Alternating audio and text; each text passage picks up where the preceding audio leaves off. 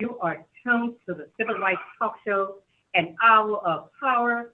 Oh my goodness, get ready for Errol Morris, your host. Good morning, Errol. And good morning. How are you this morning? I am simply awesome. Have an awesome, awesome show. Thank you so much. Welcome back to CWA's Human Rights Hour Power. It's great to be back with you on KYOK Radio. You are tuned in to 1140 AM, 92.3 FM, Communication Workers of America, CWA Human Rights Hour Power. If you can't stay by your radio, take us with you on kyokradio.org. It's Activism April. The weather is warming up. April showers may bring May flowers. It's springtime. Now it's time for you and I to get outside and lift our voices. Our union brothers and sisters and siblings at the Pittsburgh Post-Gazette have been outside for 553 days striking on the picket lines. And yet, while they are striking, they are still churning out the news with facts for you and me. Let's show our support by making sure that we subscribe to unionprogress.com. That's unionprogress.com.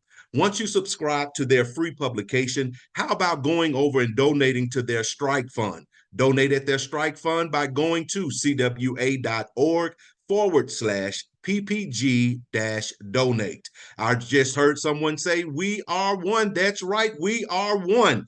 Our union brothers and sisters and siblings over at Maximus are still fighting for a contract. So since you are in the giving spirit, because we know that it is better to give than receive, journey on over to cwa.org, CCW Solidarity Fund, and help out our Maximus call center workers. This month, Marian Anderson, as a matter of fact, on April 9th, just the other day, Marian Anderson, a celebrated Black opera singer, faced racial discrimination back in 1939, when every indoor auditorium in Washington, D.C. denied her the use of their facilities. However, this did not stop her from performing. Instead, she went on to give a memorable performance for an audience that had gathered outside of the Lincoln Memorial. This event went on to become a significant moment in the civil rights movement and served as an inspiration for many. Miss Anderson, a well-known contralto, was invited to perform at a concert series hosted by Howard University in the nation's capital. The university attempted to book Constitution Hall, a large indoor auditorium for her performance. Unfortunately, the Daughters of the American Revolution, who owned the auditorium, had a white artist-only clause in their contracts. And so they refused to allow Miss Anderson to perform in the space due to her race. Despite the efforts of Eleanor Roosevelt, the first lady at the time, and a member of the Daughters of the American Revolution, to persuade them otherwise, the organization still refused to change their decision. After being denied permission to perform at Constitution Hall due to her race, Marian Anderson requested to use one of the local white public schools auditoriums, but was again denied by the DC Board of Education. With no other indoor venues willing or able to accommodate her performance, Anderson's manager, Walter White, the executive secretary of the NAACP, convinced the Secretary of the Interior to allow her to perform on the steps of the Lincoln Memorial. On April 9th, despite being denied the same accommodations as white artists, Miss Anderson performed at the Lincoln Memorial. She dressed in a winter coat to keep herself warm and stood on a makeshift stage built over the steps of the memorial. More than 75,000 people attended the event, and millions more listened over the radio.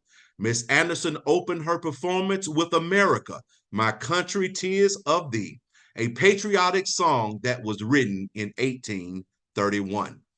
Over a decade after appearing on the show, Miss Anderson made history by performing at the Metropolitan Opera in New York in 1955, becoming the first Black artist to do so. She continued to perform all over the world throughout her career, while also using her talent to support the struggle against racial injustice. Miss Anderson's grandparents were enslaved in Virginia, but she overcame systemic racism and discrimination to sing at the March on Washington in 1963, the same year she was awarded the Presidential Medal of Freedom for her contributions to the civil rights movement. As we transition, we have now on the air with us Miss Micaiah Jones, who will be talking to us about Arab History Month. Good morning, Micaiah. Good morning, Errol, and good morning, KYOK Radio. Thank you so much for letting me talk to you all about Arab History Month. It's super important that we always honor and shine a spotlight on our Union brothers and sisters. So CWA honors Arab American Heritage Month, celebrating our Arab American Union siblings. In 2021, President Biden became the first U.S. president to issue a proclamation acknowledging April as Arab American Heritage Month. This month holds significant importance for unions and the broader labor movement. Arab American Heritage Month celebrates the diverse culture and contributions of an estimated 3.7 million Arab Americans. Their impact spans various fields, including labor unions, technology, arts, and activism. We honor the resilience, achievements, and stories of Arab Americans who have shaped the fabric of our nation. Arab Americans have made substantial contributions to unions, but their role has often been overlooked or underrepresented. By designating a specific month to celebrate Arab American heritage brings visibility to their achievements, struggles, and impact within the labor movement. Nagi Daifullah, an Arab American, organized along Cesar Chavez in the U.S. labor movement. They worked together on behalf of farm workers, advocating for better conditions and unionization. Arab American communities, particularly those associated with ACCESS Access, actively participated in the Great Boycott, supporting the unionization efforts of farm workers. The Flint sit-down strike and the Battle of Eagle Pass and Hunger March in Dearborn were significant events where Arab American workers played crucial roles. Arab Americans were part of the organizing efforts within the UAW, and dissatisfactions among Arab American groups and Black workers movement shaped the UAW's early dynamics. Recognition during this month helps rectify historical omissions and ensure that their stories are acknowledged and provides a platform for education and awareness, allowing us all to use this time to educate our members about the history, culture, and contributions of Arab Americans. So again, I say to you all, happy Arab American Heritage Month. Back to you, Errol. Thank you so much, Micaiah. Stick and stay, and don't you dare go away. Come on back on with Micaiah. We're going to be talking about unionism now. Micaiah is going to be an expert in all areas this morning for us. Micaiah Jones is here this morning to expound on unionism and its importance this morning. So, Micaiah, are you ready? Of course, always ready. So today I wanted to talk to you all just about unionism in general. It's been 6 weeks, and I just want you to say thank you to you all for tuning in to listen to us week after week and support our show. And as activists, it's important to use all platforms to amplify our message. And as unionists, it's important for us to increase and grow worker power. But we never truly talked about what a labor union is and what we do. And today I'm going to educate you on that. Labor unions emerged during the Industrial Revolution in the 18th and 19th centuries in response to transformations in manufacturing and production. Labor unions progressively gained influence over the late 19th and early 20th century. Now, a labor union or trade union is an organized group of workers who unite to make decisions about conditions affecting their work. Labor unions strive to bring economic justice to the workplace and social justice to our nation. A labor union is a group of workers that come together to advocate for their rights as a collective. A union negotiates with businesses and lobbies the government to support its members' concerns. By negotiating for a large group, labor unions can negotiate more effectively than individual workers. Typically, labor unions negotiate things such as pay, benefits, working hours, and working conditions. Large labor unions often do negotiate companies that in addition to permanent worker negotiations, they lobby for new government regulations and support human rights that will benefit their members. Unions are voluntary associations of workers seeking to improve the negotiating leverage of their members through collective bargaining. And labor laws strive to equalize the bargaining power between employers and employees and grant employees the right to unionize. So what is collective bargaining? Collective bargaining is a negotiation in which a union and an employer or a group of employers set pay and other working conditions for the employees or the union members.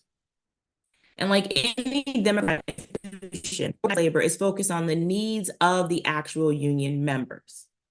Collective bargaining aims for balance and compromise by addressing the long-term economic needs of the employer and the employees. Unions serve to strengthen the middle class and grow the economy at large. Over the last half-century, middle-class households have experienced stagnating wages, rising income volatility, and reduced intergenerational mobility, even as the economy as a whole has prospered. But unions can improve the well-being of middle-class workers in ways that directly combat these negative trends. Pro-union policy can make a real difference to middle-class households by raising their incomes, improving their work environments, and boosting their job satisfaction. In doing so, unions can help to make the economy more equitable and robust. Reports show that unions have the potential to address some of these negative trends by raising middle-class wages, improving work environments, and promoting demographic equality. Union workers typically make about 20% more than non-union workers. Unions promote equality by adopting explicit anti-discrimination measures, supporting anti-discrimination legislation and enforcement, and promoting wage-setting practices that are less susceptible to implicit bias. These types of practices and others like publicly available pay schedules benefit women and vulnerable workers who can be less likely to negotiate aggressively for pay raises. Studies have confirmed that unions have indeed closed race and gender wage gaps. The positive effects of unions are not just limited to union workers, okay? Non-unionized employers in competition with unionized workplaces may choose to raise wages, change hiring practices, or improve their workplace environment to attract workers. Unions can also affect workplace norms by, say, lobbying for workplace safety improvements or advocating for changes in minimum wage laws. Now, for me, I have been a union member since my first job at 17 years old, and I am so fortunate to have been raised by a union family. I have had the privilege of a collective bargaining agreement that included paid sick time, vacation time, college student parameter and protections, and mostly the protection of knowing that I have a whole army of workers that have my back. I know that my needs aren't going to fall on deaf ears of an employer.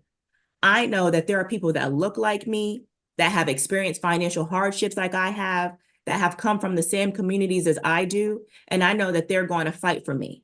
They're going to support my concerns, and they're going to work to uplift us all. My family and I are better off because of it, and I am so proud to be a union member.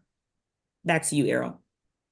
Thank you so much, Makia, on expounding on unionism this morning. And I believe it would be safe to say unions are on our side.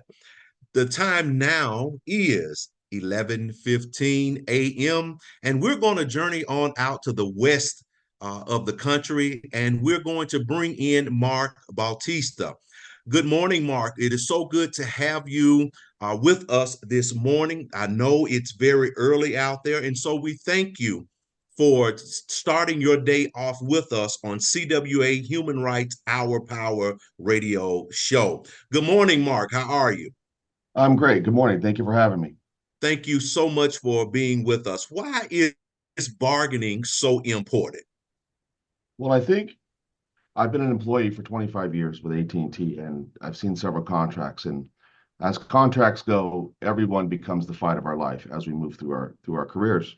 Um, Mostly, what we want to do is we want to maintain our working conditions. We want to maintain living wages. We want to maintain communities around us because we see what happens when employees are surplus and jobs are moved. What happens to the outlying community itself, the mom and pop shops, the housing tracts, et cetera. We want to maintain the wins that contracts previous to ours have received. Okay. And since it is bargaining year for many contracts at AT&T, what are some helpful tips for others in bargaining for a contract? I think, again, based on my experience itself, I'm a local president and I've come up through the ranks through the years. What I see first and foremost is the solidarity amongst the membership. We have to show that we can stand together because that's how we let the company know who we are, where we stand, and what we're willing to fight for. I think mobilization early is another factor that plays a big role. Whether you are informationally picketing outside your workplace before or after work, coming together in your monthly membership meetings, whether it be in person or Zoom, it definitely takes that extra effort. Our local is, for the most part, a commuter local.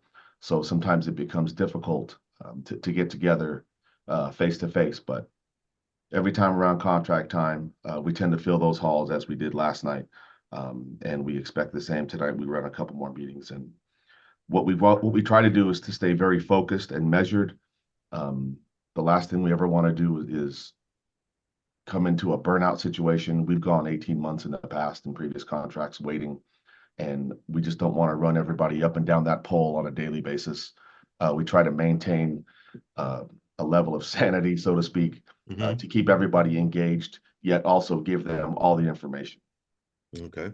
What are some of the issues that you all are trying to address in bargaining? Well, I think this round is very similar to the rest of the country. Healthcare is a huge issue. We've had a two-tier system in place based on hire dates, and that is they're attempting to eliminate that, as well as the healthcare system itself is just the prices are going up at an exorbitant rate, and that is something that we have to try to maintain, both the company and the union, because it is out of hand at this point. And whether you're a retiree or a current employee, a new employee, that's something that's been maintained for generations, and we want to try to maintain that as well. The other item is a livable wage. We've seen, record inflation in the past couple of years. The CEO received a 22% raise themselves in the middle of the highest year of inflation in history. The company itself profited $16.8 billion in 23. So there's no reason that our wages should stay stagnant. The money is there. Wait, Mark, hold on. You caught me off guard. Did you say $16.8 billion? Yes. Yes. Okay. So and that's exactly the point, right? Is that the employees are no less important than the executives. The standard, on the ground daily, whether you're a technician, call center worker, even if you're in routine computer maintenance, or if you're just, if you're answering phone calls, or if you're working on a splice in the middle of a rainstorm, we are a part of this company, and we are all the fabric of this company. Without each, can I ask you a quick question, Mark? Yes, sir. Because that $16.8 billion just has rocked my world. And by any chance, have the negotiations dealt with wage increases yet, or the percentage of wage increase? So that's what they are looking at. We were offered in one of the very early bulletins 2% increase. And now that is ridiculous, whether you're a splicer or a wire/prem tech. 2% is not survivable, and not what we would consider a living wage, not just here in California, but anywhere in the country based on the inflation rates for the last 2 to 3 years. And is this the reason why a letter came out or saying that if you don't feel like you're making enough, then you need to move? since California is so expensive? Yes, yes, that actually came out in one of the bargaining bulletins that was shared with us. Is that, well, you live in California, you choose to live here, and you have great weather. Wow. I am I'm just appalled at what has come out from the Eiffel Tower at AT&T. It's reminding me so much about the Maximus executives in DC once we had an action. And I know that negotiations they can be challenging. It can be challenging to negotiate, and it often takes a lot of time and can be exhausting, especially for a local president who is trying to keep the membership motivated and to address the issues that your members are concerned about. How are you keeping your membership involved in the contract negotiations? So what we do at our local is that the first and foremost, when a bulletin comes out, it gets shared via social media as well as a text platform that we utilize, and that many of the locals in the district utilize. They all have their own membership on their own text trees, and it's vitally important that we get everybody to back up our bargaining team. We have to have their backs and show support. But by that, we take our pictures we take them on Tuesdays and we take them on Union Thursdays in our union gear, showing signs. And we recently there was a national call by President Cummings, where many, and I believe I saw a picture with you too, Earl, holding up CWA Strong in support of District 9. And we really do appreciate that. And I think that is what we need to do to continue to uplift all of our bargaining teams across the country, because I know ours are diligently fighting. And the only way they can get things done is they've got to see what we're doing out here, so that they feel supported, so that we're showing them the love, so that they can bring back the best contract that they can negotiate for us.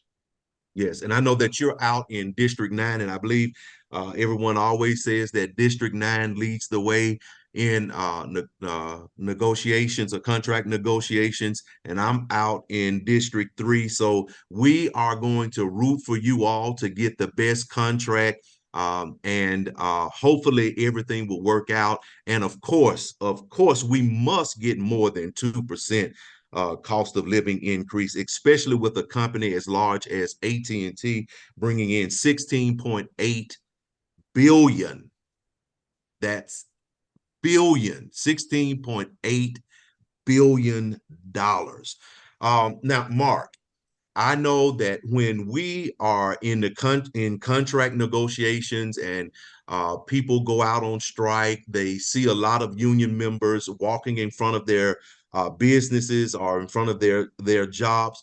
Are there any scheduled rallies or events for bargaining? Because we want everyone to be involved. And I know that we talked about CWH Strong, where we're already rallying together. But for the locals in California, what is being scheduled?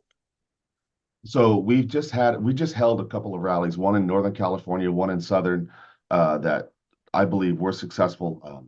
I was there with my contingent from our local as well in the Sacramento location, where we marched up and down in front of the one of the central offices through the downtown area, and we had plenty of play because Sacramento is the capital, so they had events going on, and they all got to hear us yelling and screaming. LA did the same thing outside of the crypto.com arena. Our biggest I'm a little biased, but yes, D9 knows how to get down when it comes to rallies. Whether we have rats or driving billboards, plenty of signs, plenty of songs. We have drums, we have horns. I'm pretty good at losing my voice, just a few minutes into it ourselves.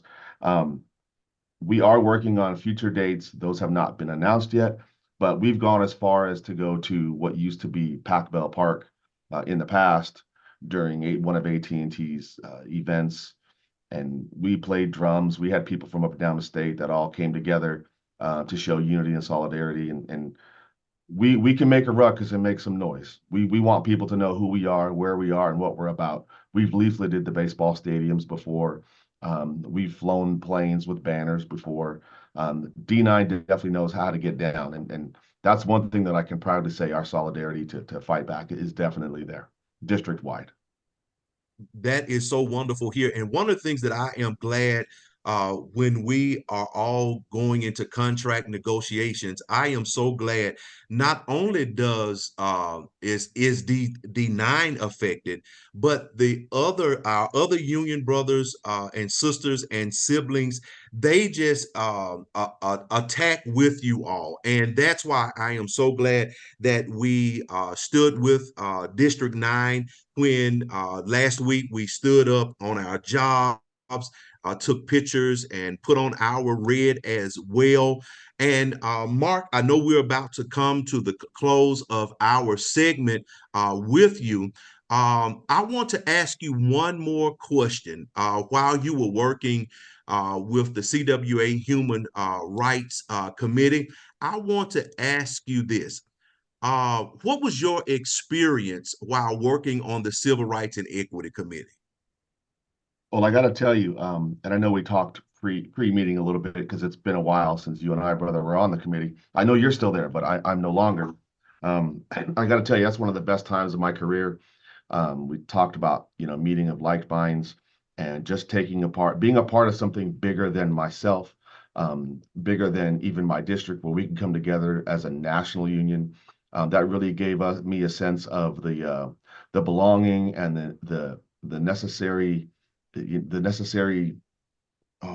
structure that we need to help us at a national level, because really, civil rights and human rights, go into play with collective bargaining. And a lot of times when we're bargaining for wages and healthcare, that really goes along the lines of civil rights and human rights. So I just think it's vital that everybody has a voice at the table.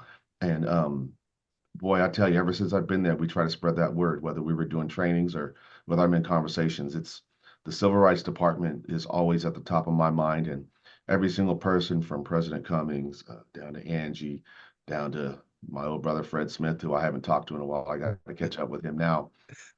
Whether it's yourself or I'm going to be remiss because I'm going to miss a name, and I don't want any of the ladies or my siblings in general to know that you are loved, and it was an amazing time to be with all of you. I Right. look And I forward every think time we get to meet.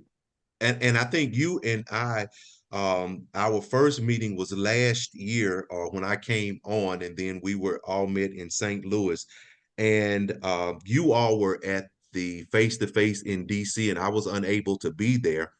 But I was sharing with you, I was in awe about our face-to-face in Montgomery, Alabama back in January. And I'm just in awe of what my brothers and sisters are doing all over the country. And then when we get in one room and we begin to talk about the activism that we're doing, we certainly are seeing human rights at its best, and we're in the grind, we're in the trenches, we're in the ditches. For sure. And the empowerment that you feel, I think we mentioned it earlier too, it makes you want to go back and do more and be more, and bring everybody into the circle with us, and just, we can all do the dance together. That way they're not just watching us on the outside in. Right, Everybody's invited, and we're going to have a great time. Yes, yes, yes. It is just wonderful, and it does inspire all of us to do even more in our areas. Mark, Mark, we want to thank you for taking time out of your schedule to be with us this morning. We know that it is very early in California, so we thank you for being with us, and thank you for tuning into CWA radio this morning. Well, let's go, and we've got to move just a little bit closer over into talking about bargaining and the impact that it has on human rights issues. Mark and myself, we touched on the bargaining, and then now we're going to bring on Reginald Small and Dakota Knoppel, and where they will be talking about the impact of bargaining with human rights and human rights issues. Good morning, Reginald and Dakota. Good morning, Errol, and good morning, KYOK radio listeners. I am and remain Reginald Small, CWA Civil Rights and Equity Chairperson. Errol, we've had some very different kind of weather here in Texas this week, but this morning, thankfully, I can see the sun peeking through the clouds, and the storm is almost gone. My heart goes out to our neighbors in Louisiana, specifically over in Slidell and across the nation as the spring storms are impacting so many. The hope is that the sun will peek through the clouds. Today, I want to briefly touch on union and community and the importance of community engagement and specifically how they intertwine. Since we've been doing this show, there are questions that have come to us about how we come up with the issues and topics that we so passionately talk about. Topics like gender justice, implicit bias, women's rights, voters' rights, etc. We don't just create these topics. Our members, I remind our listeners, our members are first members of a community. Then they are employees with a company, and then they are union members. Our members come from so many different communities that have shaped their belief systems and therefore that have had impact on their experiences and shape their experiences. In the life of an activist, I bet you will find something, be it an experience, something witnessed, that has motivated our activism or has caused us to stay with the cause. Every other year, our internal committees come up with various topics that we commit to as a union to work on and focus on for the next 2 years. These topics come not only from union impacting issues, but can't be separated from community impacting issues.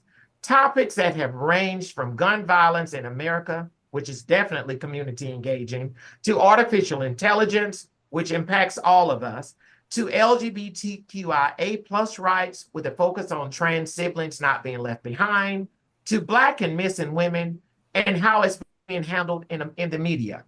These are just some of the topics that CWA activists have committed to working on. There are many more. Our trainings that are taught all across the nation will always have a module that helps to establish a community engagement plan. This plan puts emphasis that a union can't be separated from community. This plan encourages our members to partner and build coalitions with community-based organizations so that collective power can be further developed internally and externally. When we get down to bargaining and bringing attention to our issues, a fair and living wage, rights on the job, equality, healthcare, fairness, and cost of living, those are issues of commonality that affect union and community. When we're walking a picket line, rallying for a cause, we need all the collective power that we can muster. This is why we, union and community, continue to march on as one. Now, today over in District 9, we have with us, visiting us today, Errol, is Dakota Knoppel that you mentioned. But before I go to Dakota, I wanted to point out to Mark Bautista that yes, he did leave out a name or two, but I forgive him wholeheartedly that he left out a name or two. But it was a wonderful experience of working with Mark on the committee. He is a product of that committee, and he did absolutely great work, and we still call on him for activism over in D9. But today we're going to talk to Dakota Knoppel from Local 9404. And good morning, Dakota. Good morning. Thank you so much for having me. Definitely. I understand that the company put out a statement during the bargaining experience that you all are going with that motivated you to take further action. Can you share with us a little bit about that statement and specifically what motivated your response? Yes, I can. First off, I'll leave this with that. I am a trans woman, and the statement that the company put out was in regards to wages when our bargaining committee was fighting for a living wage here in California. And we know that California is a more expensive state to live in. And they were fighting for, a wage that goes along with the cost of living.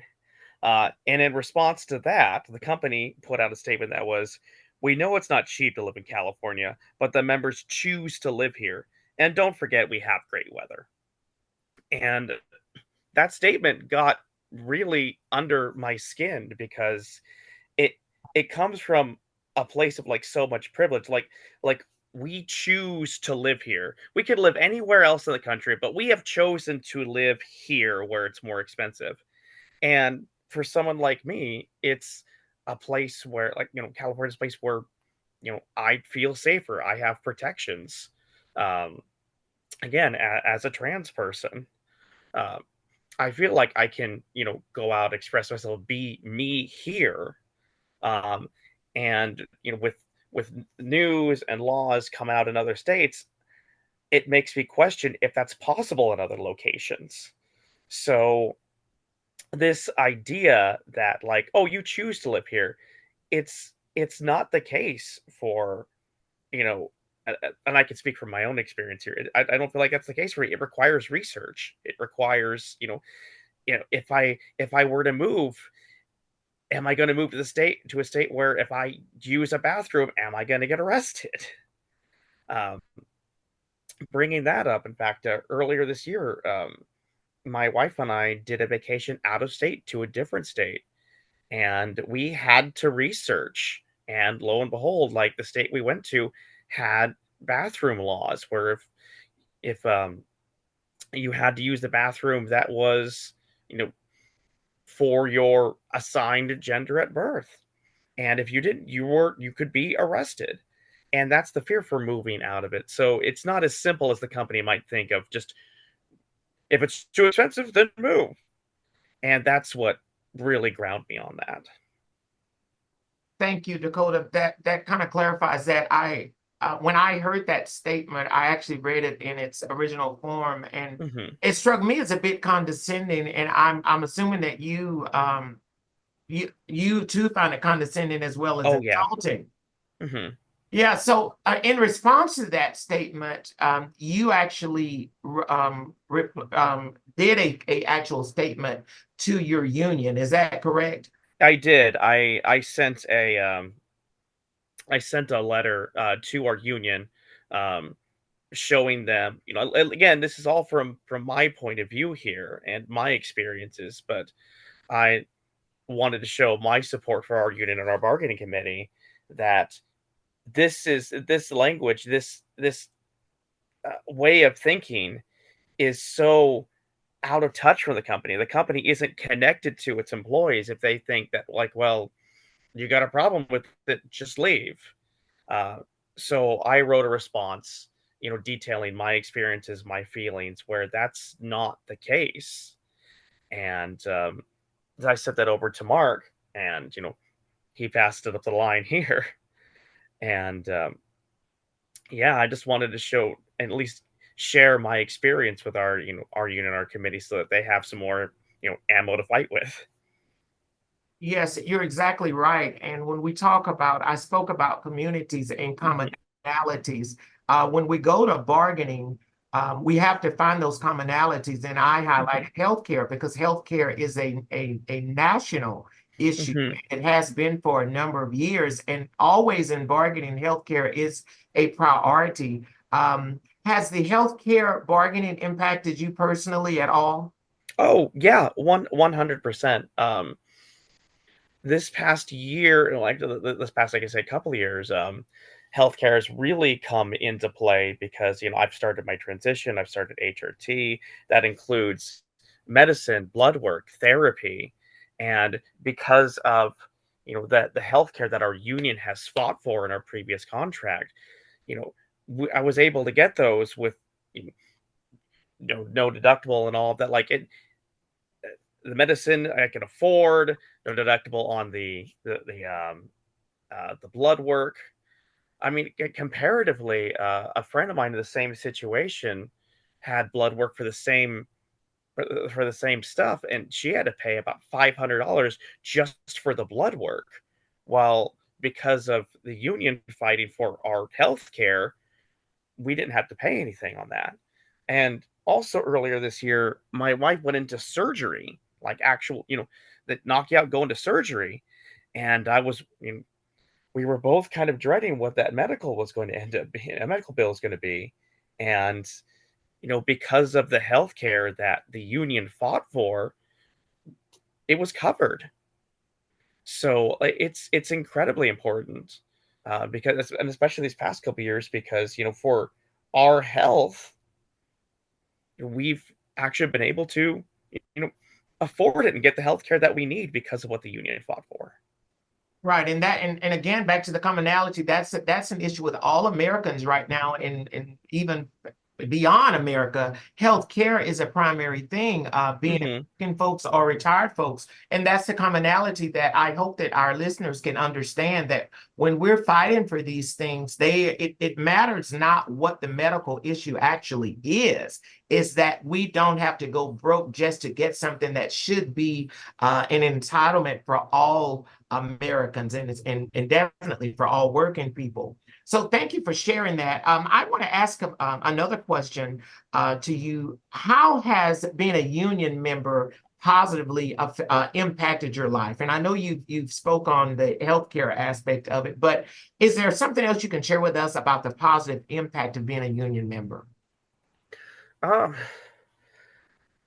I would say beyond that, it's been the connections that making with others, uh, bringing everyone together. It's such an inspiring experience to see just everyone coming together and feeling like you're a part of something, feeling like you're a part of the team, feeling like you're not alone in this fight. Um, Earlier this week, at our yard, we had an informational picket, and seeing just our entire yard coming together as one to just fight the fight. It really felt like you know, we are a group, we are a team, we are together, uh, fighting together. You don't feel like you're alone in this, and that's you know to see all my brothers and sisters in our union coming together for that. It's really a beautiful thing.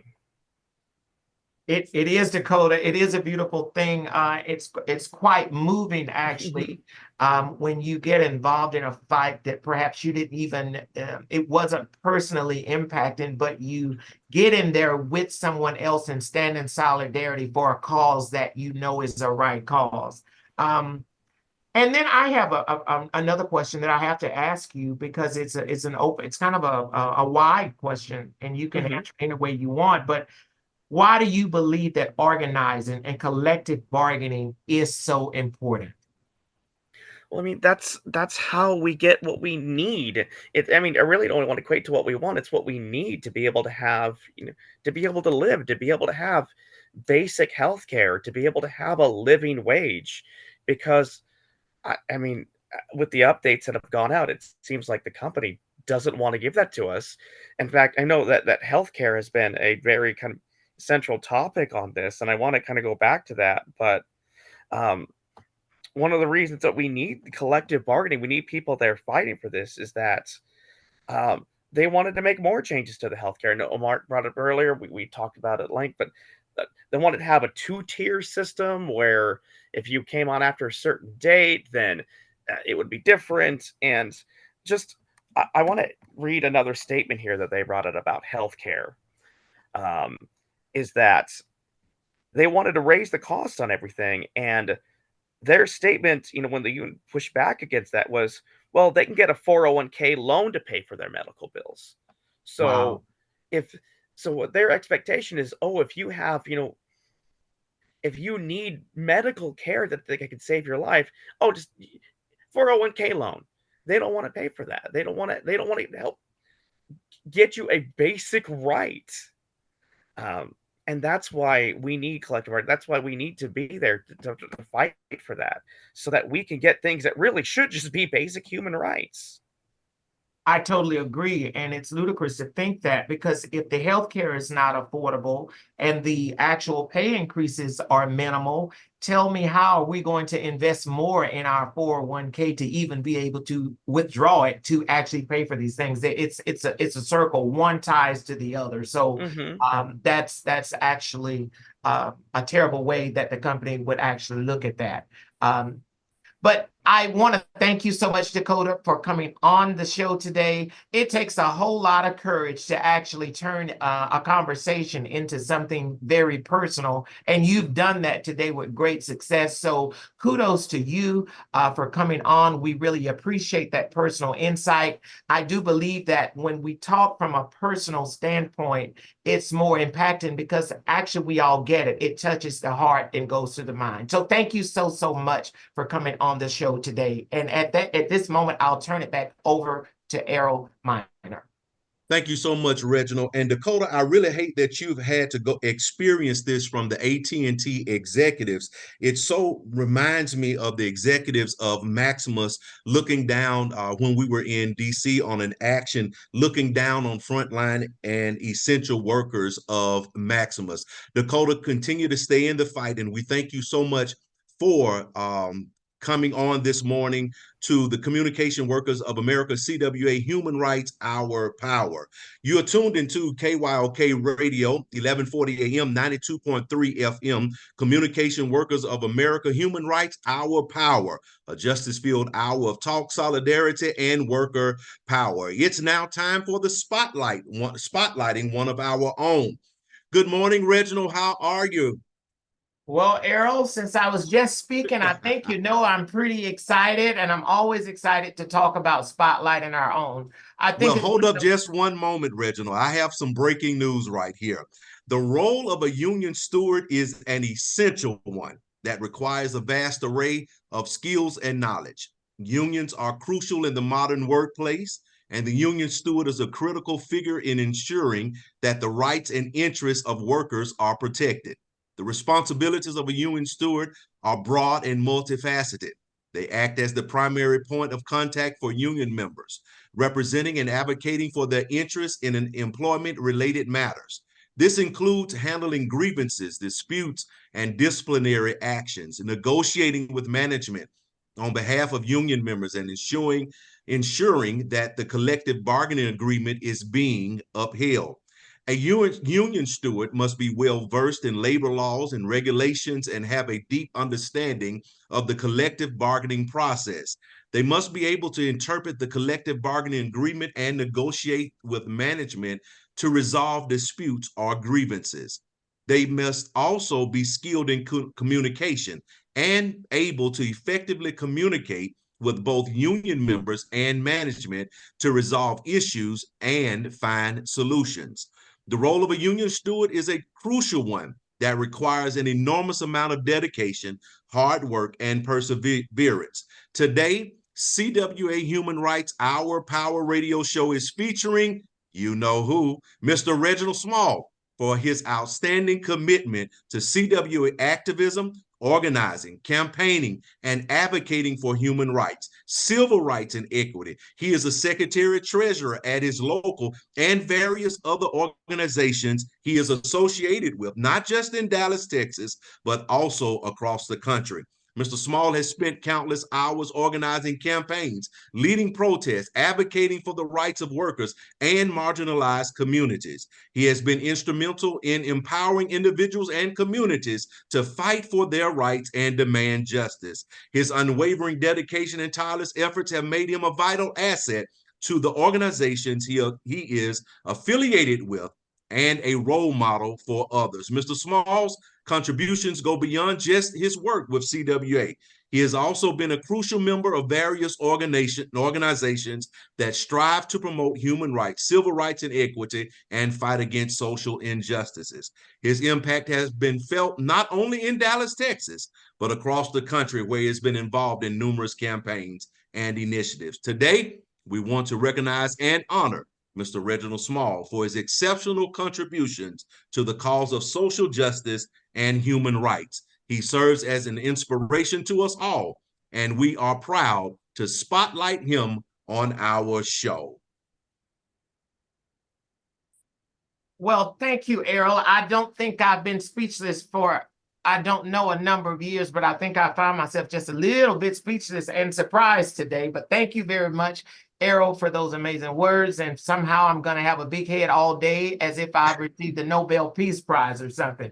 But thank you, Errol, so much. It has been my pleasure, of course, to work in all of those capacities, but I'm particularly excited, and I remain excited for my work in the Human Rights Department, and of course here at my local 6215.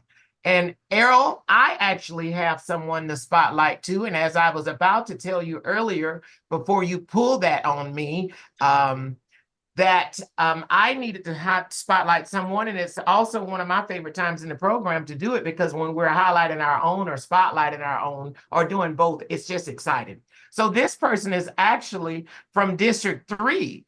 And is served as an executive board member and department VP for his local. He's active on the Poor People's Campaign. He is also a local civil rights and equity chairperson there in Birmingham, a member of the NAACP and CWA Minority Caucus, has been with CWA for his entire 28-year career. And it seems like that what he actually read about me, we're highlighting and spotlighting our own Errol Minor, who has stepped up in so many ways with our Civil Rights and Equity Committee for the National. He has turned overnight into a radio talk show host, and he's doing a fabulous job with that. He's done great work in his district, but throughout this nation as well. And Errol, we wanted to take this time to actually spotlight you and your work and your accomplishments. And thank you for just being Errol Minor. Thank you so much. Well, thank you so much. Thank you so much. Our producer really set this up good this morning. We're going to talk to her offline after all of this. Reginald, what's going on in District 6 real quickly? Oh, well, we have lots going on in District 6, of course. And of course, you hear me say this every week, gender justice is still a big deal. We're talking about that, whether it's in a training or it's in other organizations. Gender justice, of course, there's issues going on about voters' rights, the impact of voters' rights and getting out the vote. Also, we have bargaining successes. Of course, as you know, mobility in District 6, we did get the contract there, and that was a big deal. And we are actually reaching out to other industries, banking industries here in District 6, specifically here in Dallas, Texas, just voted to have a union. So we're so excited about that. I do believe that the work as we're putting out the word of what union is and the actual triangle and which it's built upon, but what's contained within that triangle, issues that affect people from day to day, which are our human rights issues, of course, representation, organization, and legislative, all of that makes up the CWA triangle. I believe getting the word out to the younger generation has actually driven the passion to want to become part of a union. And we are the benefactors of that, and they're the benefactors of joining into this, this union of solidarity that we already have. So that's what we're doing here in District 6, Errol, and so much more. Most certainly, most certainly. Thank you so much. And while I do want to acknowledge gender justice, and I must take the time out to say thank you to you for training me on gender justice. And this morning, I'm not in Houston, but I am in Atlanta, Georgia. We just completed 2 full classes of gender justice training at Local 3204 in Atlanta, Georgia, where Ed Barlow is the local president. So thank you so much.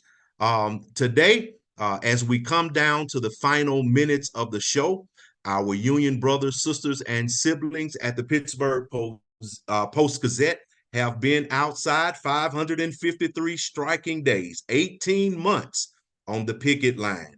And yet, while they are striking, they continue to give you and I the news. Don't forget to journey over to unionprogress.com. That's unionprogress.com to subscribe. And once you are finished, once you have gotten your subscription to this free publication, just remember them as they have been out for so long, 553 days. Go over to their strike fund and donate there at cwa.org/PPG-donate. And then Don't forget our Maximus brothers and sisters. Journey over to cwa.org/CCW Solidarity Fund to assist our Maximus brothers and sisters. An hour is not long enough to be with you, and a week is too long to be away from you. You have been tuned into the CWA Human Rights Justice Hour Power broadcast. I hope something you heard today has inspired you to take action toward creating positive change in the world. Every person has the power to make a difference, no matter how small, and by working together, we can create a world where human rights are respected and valued. So I encourage each one of you in the listening audience to reflect on your role in promoting human rights to effect change in your communities and beyond. Know that you are not alone in your quest for a more just and equitable world. When we're faced with injustice, it can be easy to lose hope and give up. But just remember, justice may be slow, like the truth, but when it finally comes, it will stand. Until next Thursday, 10 a.m. Central Standard Time, right here on KYOK 1140 AM 92.3 FM, KYOKradio.org.